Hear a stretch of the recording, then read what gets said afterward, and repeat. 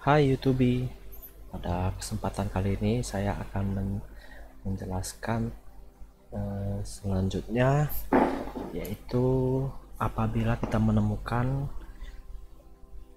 ada penambahan baris pada tabel kita, contohnya ada 10 data.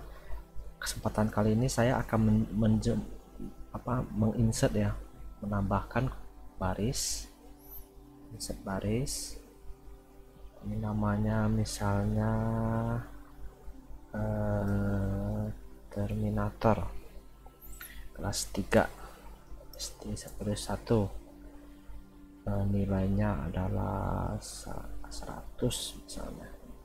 Nah, bisa dilihat pada ini kolom nilai, rumus yang kita buat sebelumnya itu sudah otomatis berubah sesuai dengan ini, dikarenakan kita memasukkan rumus sum buka kurung E2.2 E12 tutup kurung.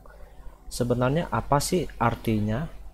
Artinya adalah kita menjumlahkan sum E12 ini adalah kolom E baris kedua sampai ini titik 2 ya, sampai baris kolom E baris yang ke-12, berarti sampai ke sini.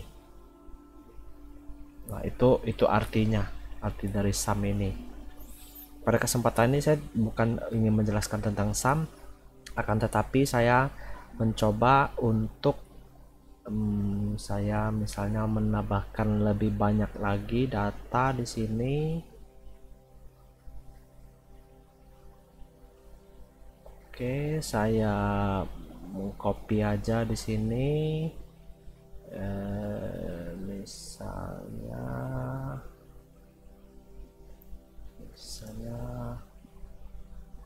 Tendo, misalnya Roni, misalnya Kembel, misalnya Julita.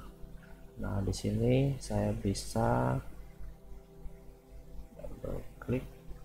Nah, kita bisa lihat tadi ketika saya double klik dia hanya sampai sini. Artinya apa? Artinya ketika Excel menemukan baris yang kosong dia akan berhenti, tapi apabila saya double klik lagi dia otomatis akan mencari baris kosong selanjutnya. Itu artinya ya. Nah, suatu ketika saya mengalami hal ini, contoh ya, saya turun ke bawah. Nah, saya ingin tahu nih, ini sebenarnya kolom apa sih? 2 ini kolom apa? Ini kolom apa? Dan ini kolom apa namanya? Saya mesti ke atas lagi. Nah, bisa dibayangkan apabila saya berada pada baris ke 100, baris ke 200, baris ke 300, saya akan repot untuk mencari ke atas melihat nama ini. Nah, bagaimana kita bisa mengetahui nama-nama ini? Sebenarnya cukup gampang. Ketika saya berada di kolom sini, saya ke view. Ini ada namanya freeze pane, freeze top row. Nah, ketika saya ke bawah lagi, saya bisa langsung mengetahui, oh ini sekolah sampai 1, nilainya 90, tanpa perlu repot. Nah, ini lihat, dia akan mengikuti terus. Itu namanya freeze top row, dan kita bisa mengunduhnya dengan cara klik unfreeze pane, dia akan kembali normal. Setelah itu saya akan menjelaskan lagi. Sebenarnya setelah tampilan-tampilan ini biasanya kita menghadapi yang namanya print. Apa itu print? Mencetak ya. Mencetak itu sebenarnya contoh ketika saya ketekan Ctrl P, saya bisa mengetahui jumlah. Ini di bawah sini ada jumlah lembaran yang bisa saya cetak di sini ya. Nah, sebenarnya kita tahu dari mana ini ada margin yang lebih. Ini ada titik-titik garis putus ini. Ini sebenarnya lembaran pertama dan ini lembaran berikutnya. Ini bisa dilihat di sini. Ini ada perbatasan titik-titik ini. Lembaran pertama dan lembaran berikutnya. Itu artinya titik-titik ini. Nah, tetapi di sini kita bisa melihat terkadang kita melewati batas ini dan kita nggak sadar ketika kita mau print, wah sudah 2 lembar, wah kelewat ini.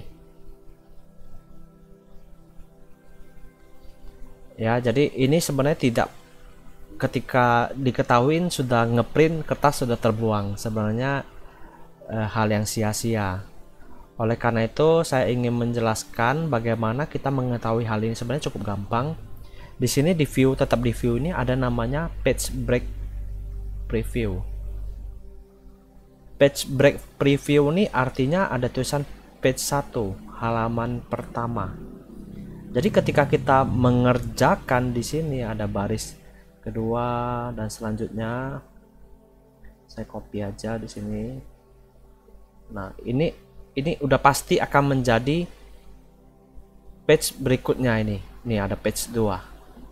Ketika kita print, kita langsung tahu ini ada page 1, ini ada page 2.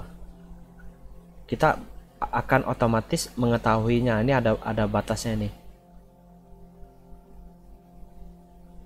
Ada batasnya nih. Batas baris pertama ini adalah page kedua. Ini ada tulisan page 2. Oke, akan tetapi contoh ya, saya